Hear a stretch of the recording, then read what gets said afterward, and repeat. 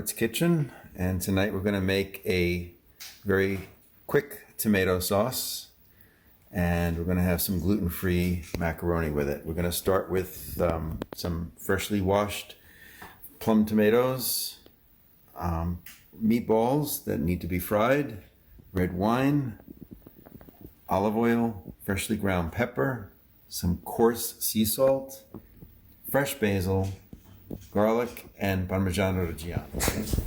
So we're going to quarter our tomatoes, and we're putting them in the pot. We want to take the bruised parts off the tomatoes. When you see a tomato like this, you just want to get that part out and kind of discard it.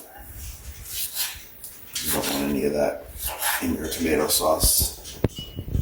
What we're going to do is we're going to sprinkle a little sea salt on top of them, like that. And that brings the water, when we put them on the stove, that brings the water out. We're going to put them on the stove, and we're going to put them on a medium-high heat.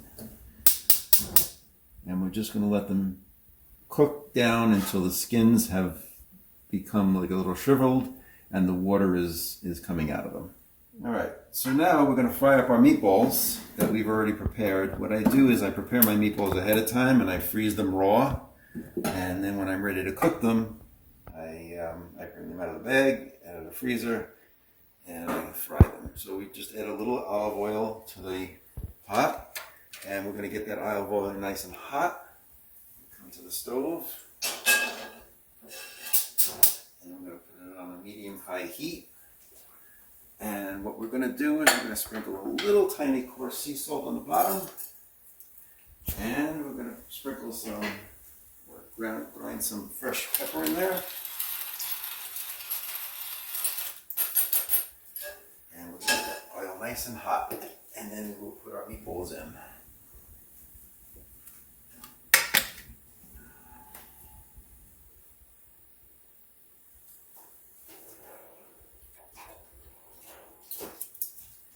Our tomatoes start coming in a second. So what we're going to do is we're just going to move these around a little bit.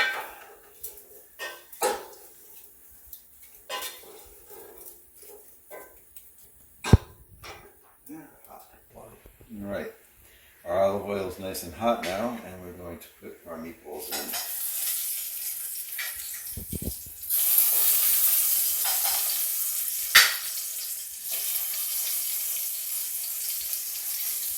Meatballs. Fry them up. I'm going to keep moving them around a little bit so they don't stick to the bottom of the pan. If your olive oil is nice and hot, they should not stick at all. And we're going to come over here to our tomatoes. And we're just going to give them a little stir because now they're starting to cook a little bit.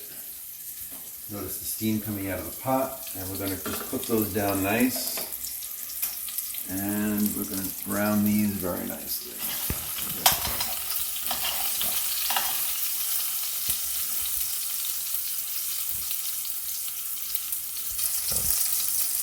All right, so our meatballs have been frying. We're going to turn them over. I'm going to get them a nice golden brown.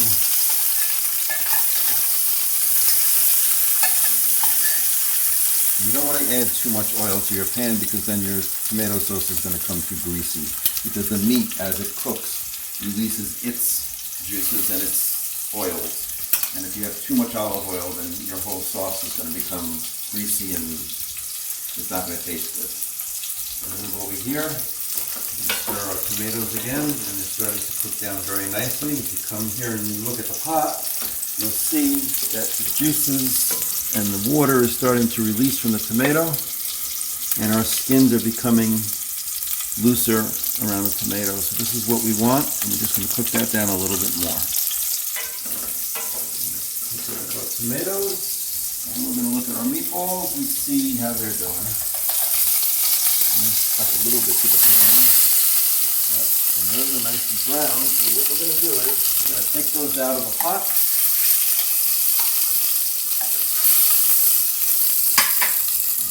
heat a little bit. Put those out of the pot. Set them aside for a minute. I'm going to take our garlic and we're going to cut our garlic. And if you smash the garlic with the back of your hand, with the palm of your hand, the skin comes off nice and easy.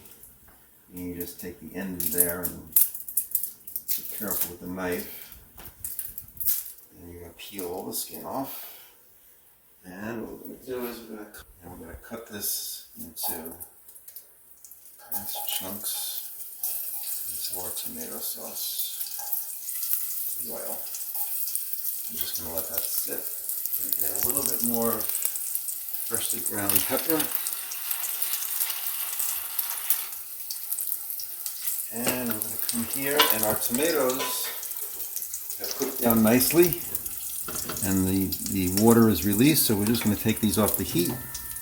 Once your garlic is nicely browned, you can either do one of two things. You can either take it out of the pan and remove it completely, or you can leave it there to continue to flavor the sauce. I particularly like garlic, and I like to leave it in, and I like for it to flavor the tomato sauce as the tomato sauce cooks. This corkscrew here is from the 1950s, and around ever since I was born, and before that probably. So we're going to take just a little bit of wine. I don't measure, but maybe about a little less than a quarter of a cup. Take it in there, and then we're going to take our spoon, and we're just going to kind of scrape the bottom of the pan and get all that fried meatballs. So that's called deglazing the pan. And we're going to cook it down on a high heat, and I'll let that reduce, and then we're going to put our meatballs back in. Alright, so what we're going to do is, while that's cooking down, the wine is cooking down, we're going to take our tomatoes in a slotted spoon so they can drain off some of the water. You don't want to drain off all of the water. And we're going to put them into a blender.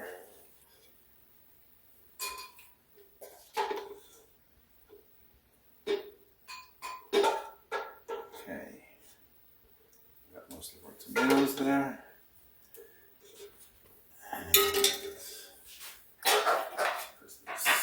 I'm going to start off slow.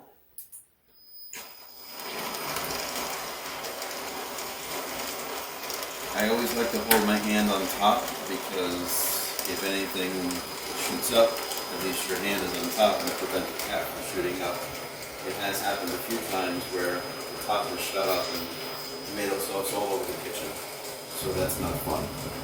We're going to increase the speed a little bit. You want to gradually increase your speed to the highest speed, and we're going to puree it for maybe about 1 or 2 minutes. Puree. And we're going to stop it. And we're going to put them through a strainer. Into a bowl. Make sure you have a big enough bowl.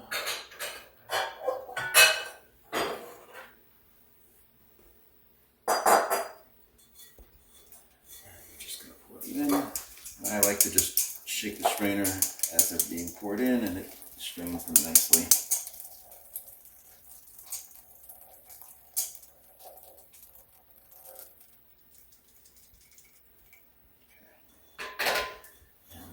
Spoon. And we're just going to go around our spoon.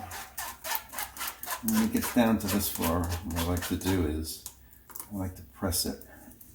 And you're pressing all the pulp out and all the excess water.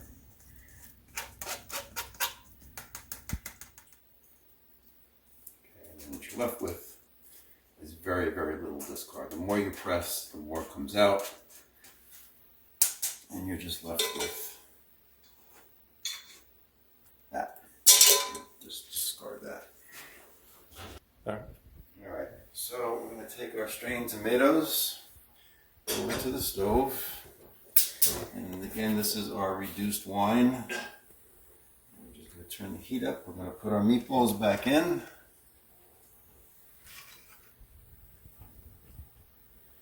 And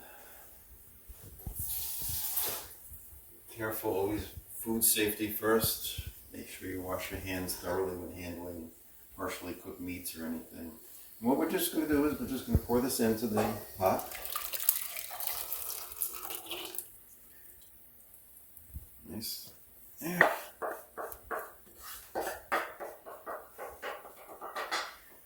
And now, I'm going to take some coarse sea salt and sprinkle some on there. And then some more freshly ground pepper.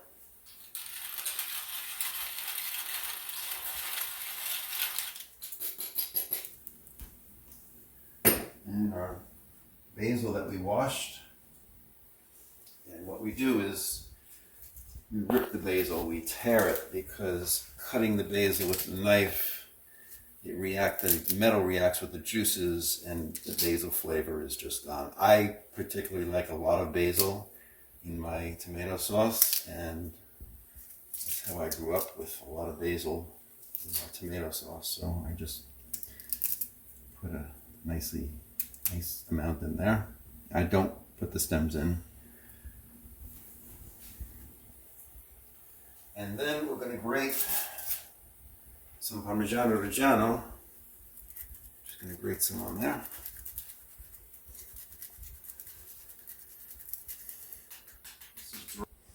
Okay, so this is dried oregano.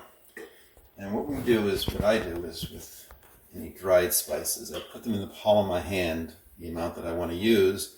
That's about maybe a quarter, maybe half a teaspoon.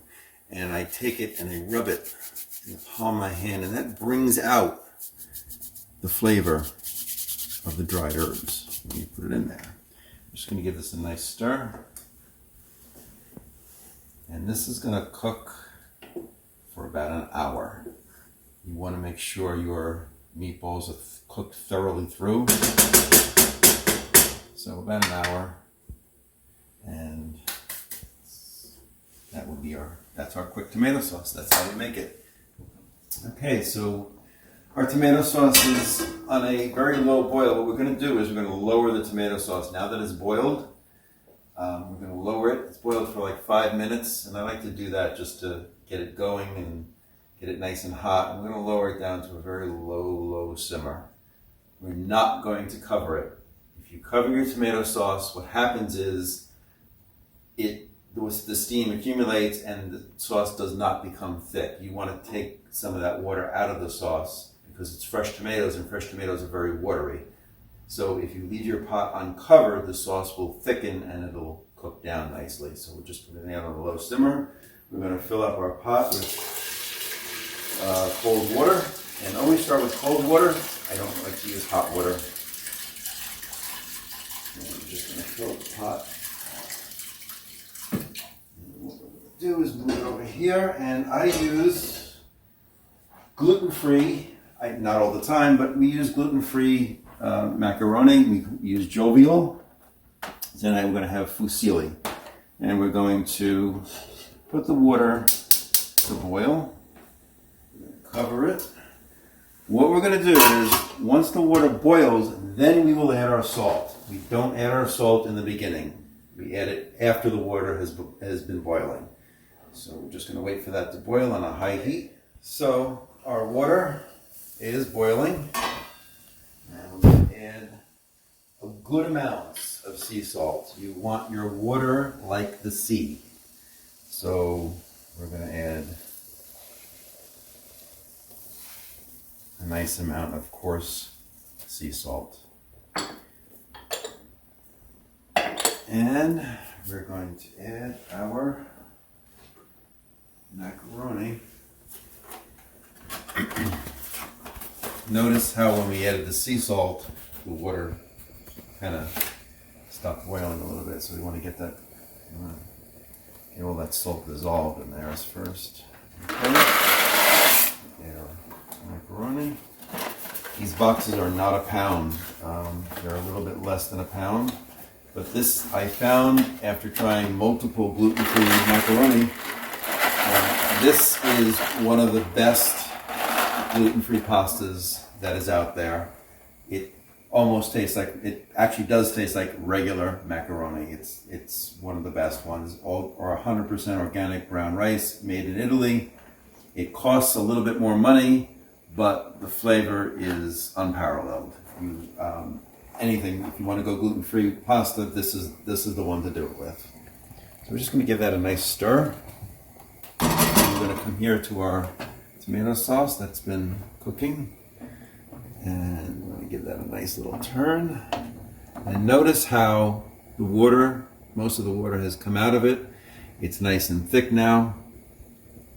And our meatballs are just about done. So we're just going to leave that. And then we're going to get our water boiling. You want to get your water back to a nice boil. And you don't want to overcook your pasta. Overcooked pasta is gross and it's disgusting. So you want to take it out slightly before it's done because it still continues to cook in the dish. Okay, so we'll come back now when that's all done. Okay, so now the pasta's been cooking for about 10-12 minutes. It's done. And that's little Max in the background because he's likes meatballs also. I'm going to take the pot over to the sink and we're going to strain our macaroni.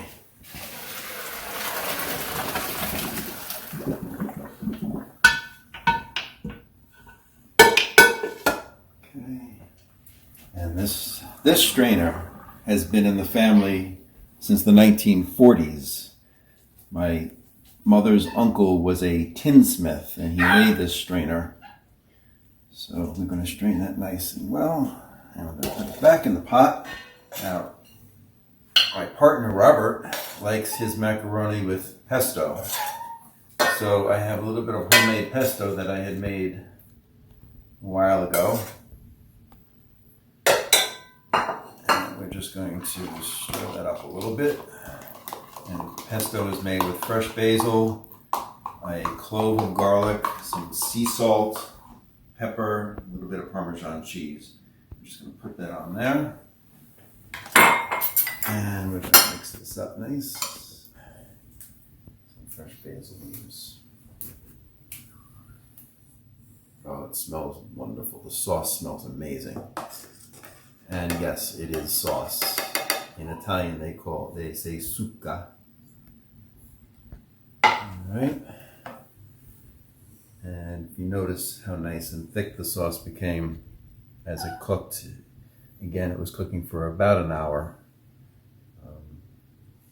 In one of the other videos, I'll show you how to make a real, what I call a Sunday sauce, which has more meats. It has sausages, it has meatballs, short ribs, and onions, garlic, and a lot of other things. So this, we're going to add a little bit of fresh parsley and a nice grate of Parmigiano Reggiano. And for Robert as well.